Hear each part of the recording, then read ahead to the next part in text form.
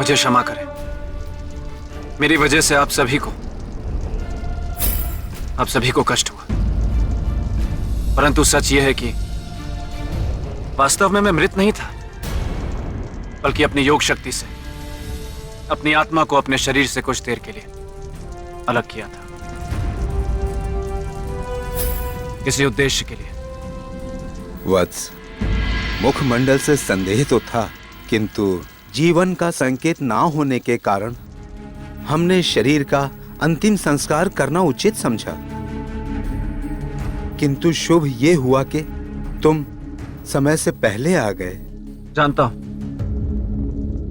वरना अनर्थ हो जाता।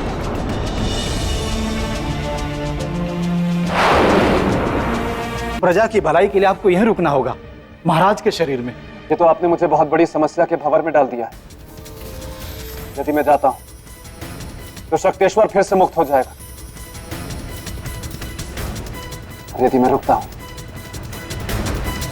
तो मेरा अंत हो जाएगा। कोई ऐसा मार्ग निकालिए जिससे किसी का भी अहित ना हो। अब तो एक ही मार्ग है कि शक्तेश्वर की आत्मा को सदा के लिए इस धरती से समाप्त कर दिया जाए। जो वश में नहीं आ रहा वो समाप्त कैसे होगा राजन? संभव है मंत्री जी, पर उसके लिए आपको मुझे उपाय बताना पड़ेगा। कोई ऐसी विधि जिसकी चर्चा महाराज ने कभी आपसे की। राजन, इस विषय पर पुरोहित जी ही कुछ बता पाएंगे। तो शीघ्र बुलवाइए उन्हें। मृत्यु के पश्चात भी इस राजपुरुष के चेहरे पर कितना तेज है। मुझे तो ये कोई युग पुरुष लगता है। ऋषिवर, भोर होने को है, हमें अंतिम यात्रा की तैयारी प्रारंभ कर देनी चाहिए। अवश्य। अरे राजा भोज कहाँ रह गए? जल्दी आइए, सूर्योदय होने में केवल कुछ ही पल शेष है। इधर सूर्योदय हुआ, उधर आपका शरीर जलकर राख हो जाएगा। क्या करूं क्या करूं? हाँ, एक काम करता हूँ, कुटिया को बाहर से बंद कर देता हूँ। ये ऋषिगण बाहर जा ही नहीं पाएंगे। बेताल, मैंने तुम्हें सिंहासन की रक्षा का अधिकार दिया था, किंतु तुम पथ से भटक कर ऋषि मुनियों को सताने का प्रयत्न कर रहे। स्मरण रहे, यदि तुम पथ से भटके तो तुम पर कष्ट आएंगे। राजा भोज की परीक्षा में उनकी सहायता करने की चेष्टा करने के प्रयत्न पर तुम्हें दंड मिलेगा, जो अब से पूरे एक दिन तक रहेगा।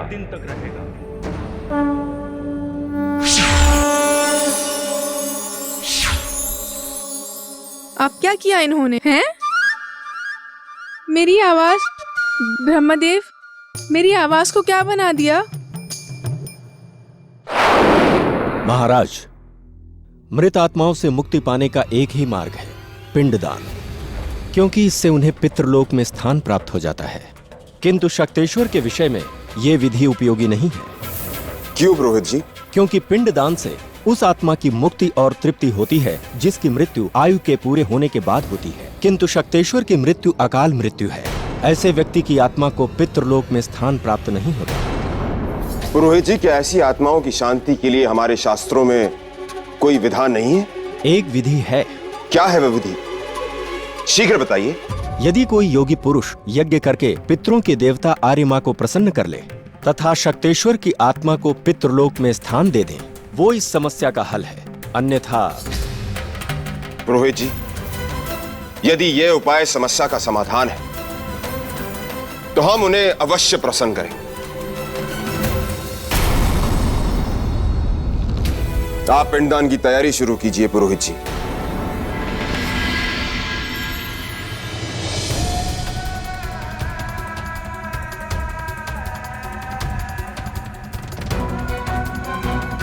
अब हमें शमशान भूमि के लिए प्रस्थान करना चाहिए। ओम कल्लवाडलम पितृ संतानम, ओम चतुर्दर्शानम, ओम भू पितृ संतानम, ओम भुआ पितृ संतानम। जल अर्पित कीजिए महाराज।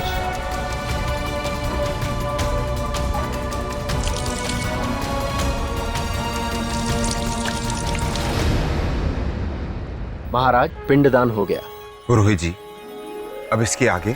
जिस पितृलोक में पुनर्जन्म से पहले हमारे पूर्वजों की आत्मा वास करती है, और अपने वंशज के दान पुण्य से उनकी तृप्ति होती है, उस लोक के मुख्य देवता आर्य माँ के आशीर्वाद की हमें प्रतीक्षा करनी होगी। हमें कैसे पता चलेगा कि देव आर्य माँ हमारे इस पिंडदान से प्रसन्न हुए हैं?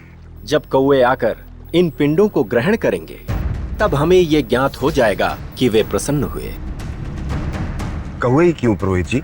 क्योंकि कौवे पितृ के और उनका पिंड ग्रहण करना पितरों की तृप्ति का प्रतीक है, इसलिए उनका इन पिंडों को ग्रहण करना अनिवार्य है, जो ये प्रमाणित कर देगा कि देव आर्य माँ इस विधान से प्रसन्न है।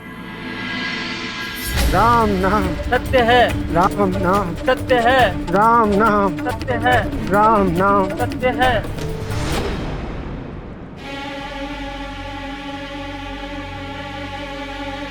पुरोहित जी, इतना समय बीत गया, अभी तक इन पिंडों को ग्रहण करने के लिए पितृरूपी कौवा आया क्यों नहीं? उन्हें बुलाना होगा।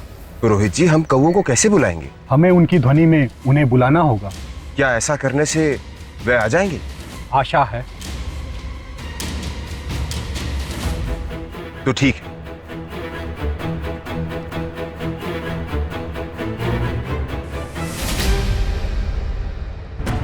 काव काव काव काव काव। राम नाम सत्य है, राम नाम सत्य है, राम नाम सत्य है। काव काव काव काव काव।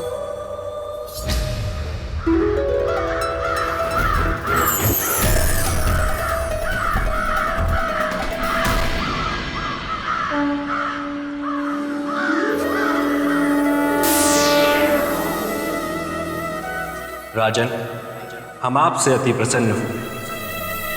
बताइए, हम आपके लिए क्या कर सकते हैं? हे देव आर्य माँ, इस कलश में एक अतृप्त आत्मा है, इसे अपने पितृलोक में स्थान दे ताकि पृथ्वीवासी इसकी यातना का शिकार ना बने। राजन, संसार के कल्याण हेतु हम इस आत्मा को अपने पितृलोक में स्थान अवश्य दें।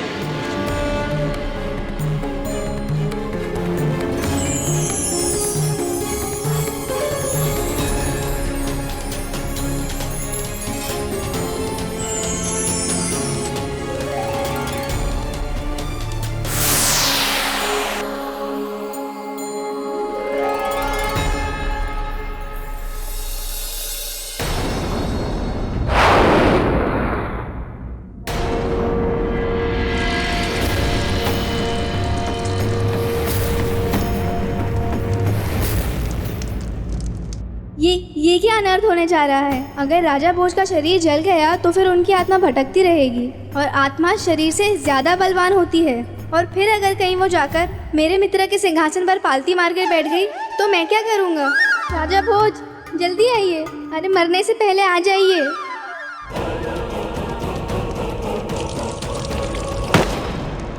अब मुझे आज्ञा दें। राजन, ये राज्य सदा आपका आभारी रहेगा। इसमें आभार कैसा मंत्री जी? मैंने तो बस एक राजा का कर्तव्य निभाया है और प्रजा की रक्षा करना तो एक राजा का परम धर्म होता है। अब मुझे विदा दें।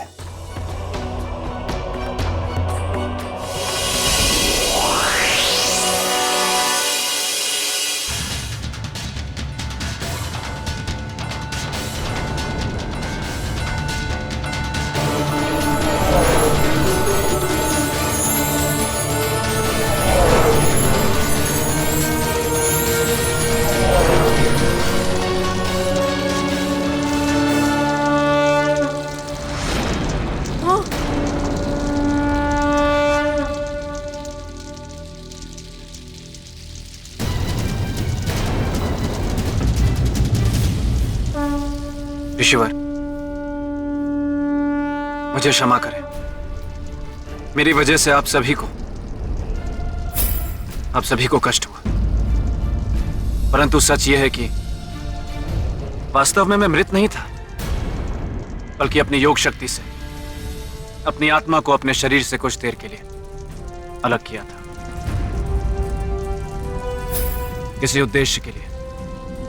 वत्स, मुखमंडल से संदेह तो था, किंतु जीवन का संकेत ना होने के कारण हमने शरीर का अंतिम संस्कार करना उचित समझा। किंतु शुभ ये हुआ कि तुम समय से पहले आ गए। जानता हूं, वरना अनर्थ हो जाता।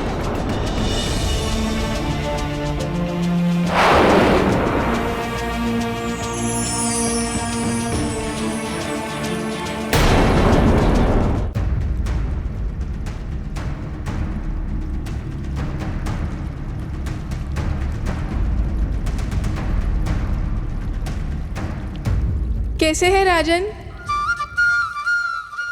श्रीमान बेताल, भला ये कैसा सॉन्ग है? मैंने सोचा राजन कि ना तो यहाँ देवी महामाया है और ना ही अन्य पुतलियाँ। आपको उनकी याद सताती होगी, क्योंकि अब तो केवल मैं ही आपकी परीक्षाएं लूँगा। तो मैंने सोचा कि क्यों ना स्त्री की आवाज़ बनाकर आपका थोड़ा मनोरंजन कर दूँ। आपने मेरे लिए इतना सोचा, इसके लिए आपका अनेक अनेक धन्यवाद। परंतु आपकी पहले की आवाज बेहतर थी। अब इसको कैसे समझाओ कि पूरा एक दिन मेरी आवाज़ ऐसे ही रहने वाली है? राजन, आप ये बताइए कि श्रीमान बेताल, रुकावट के लिए मैं आपसे क्षमा चाहता हूँ, किंतु मैं आपसे ये पूछना चाहता हूँ कि मैं योग शक्ति की परीक्षा में सफल हुआ या असफल? आपको क्या लगा राजन कि आपने कद्दू में तीर मार दिया? माफ कीजिएगा राजन, लेकिन मैं आपको सिंहासन की अगली सीढ़ी चढ़ने नहीं दे सकता, क्योंकि आप मेरी परीक्षा में। यदि तुम पथ से भटके तो तुम पर कष्ट आएंगे। आपकी परीक्षा में सफल तो नहीं हुए, लेकिन क्या करूं, मेरा हृदय बहुत दयालु है। इसलिए चलिए चढ़ जाइए 5वीं सीढ़ी। धन्यवाद श्रीमान बेताल, अनेक अनेक धन्यवाद।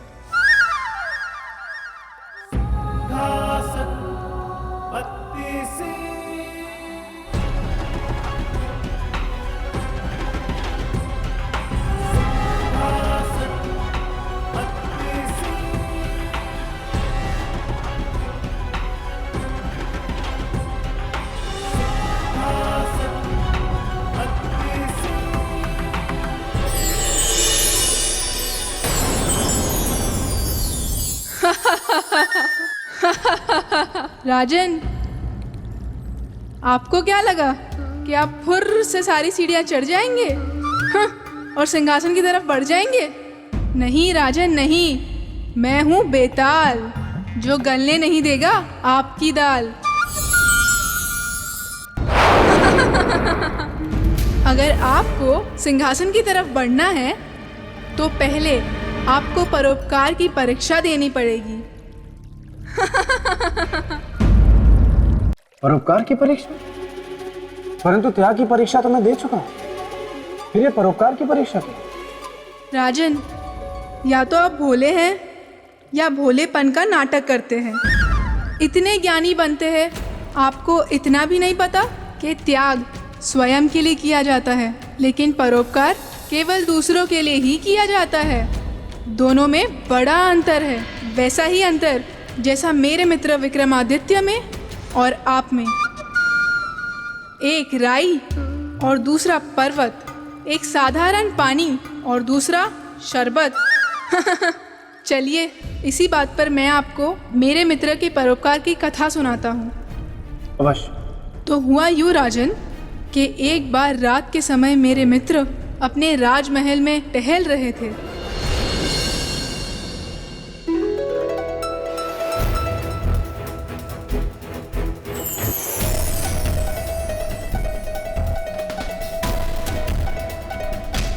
हर घर में प्रकाश फैलाने वाली है बातिया। धन्य है आप, हर घर की खबर रखती है, हम सम्राट होकर भी नहीं रख पाते।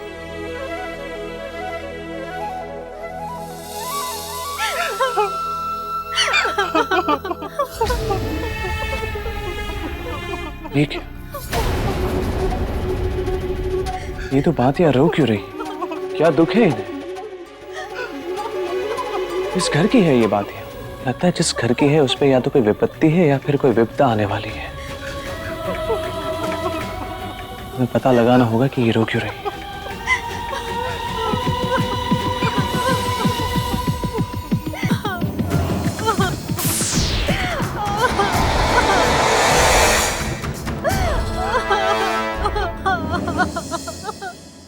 क्या हुआ बहन? मेरा दुख ये है कि जिस घर में मैं जलती हूँ, कल से उस घर में जलाने वाला कोई नहीं रहेगा। क्यों बहन? क्योंकि मेरे घर में केवल 2 जन हैं, एक अंधी माँ और उनका इकलौता बेटा, बस। 2 जन तो है, फिर क्यों रोती हो? क्योंकि कल से 2 जन नहीं रहेंगे, कल उसके बेटे की मृत्यु हो जाएगी। और बहन, मेरा दुख ये है कि मेरे राजा ने बिना कारण जाने उस घर के बेटे को मारने का आदेश दिया है।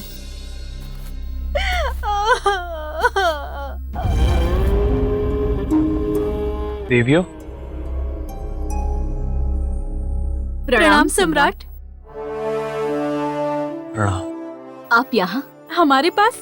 आप ही की बातें सुनकर यहाँ आ रहे हैं। क्या आप हमें बता सकती कि वो युवक कौन है जिसकी मृत्यु होने वाली है, और कौन है जो उसे मृत्यु दे रहा है? आप जानकर क्या करेंगे सम्राट? गरीबों पे सदा अमीरों का अत्याचार और अन्याय होता रहा है। कल मरने वाला गरीब अभागा युवक, जिसके भाग्य के साथ मेरा भाग्य भी जुड़ा हुआ है, कल उधर वो समाप्त होगा और इधर मैं समाप्त हो जाऊंगी, और अपने घर में मैं कभी नहीं जलूंगी।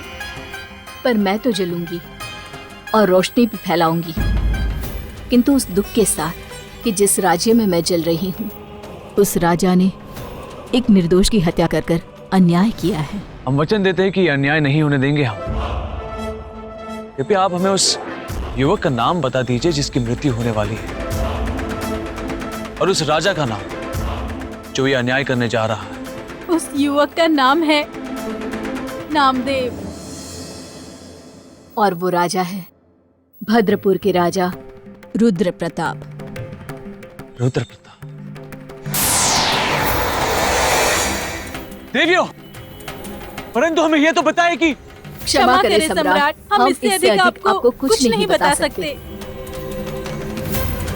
इसका मतलब है कि आगे की विस्तृत जानकारी हमें वारामिहिर जी ही दे सकते हैं।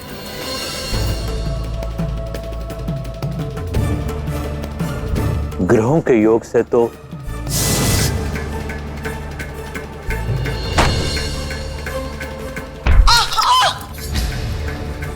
ये कैसी आवाज? माँ, माँ, माँ, चोट तो नहीं आई माँ? नहीं बेटा, ठीक हो। माँ, तुमसे कितनी बार बोला पानी चाहिए तो मुझे बुला लिया करो। बेटा, हर बात के लिए मैं कहा तुझे बार बार बुलाऊं। जब तक मैं जिंदा हूँ सारे काम मैं ही करूंगा, तुम बस आराम करो।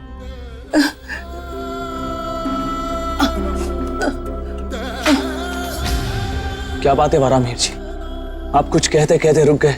जब साक्षात काल हो तो मैं क्या कहूं सम्राट? इसका मतलब? इसका मतलब उसके ऊपर मृत्यु योग चल रहा है सम्राट, उसका बचना कठिन है। और क्या है उस युवक की कुंडली में वारामिहिर जी? वो अभी तक अविवाहित होगा। उसके पिता की मृत्यु बचपन में ही हो गई होगी। उसके साथ उसकी माता होगी जो नेत्रहीन होगी। अब कुछ आराम मिला? हाँ बेटा, चुक चुक जियो मेरे लाल, चुक चुक जियो।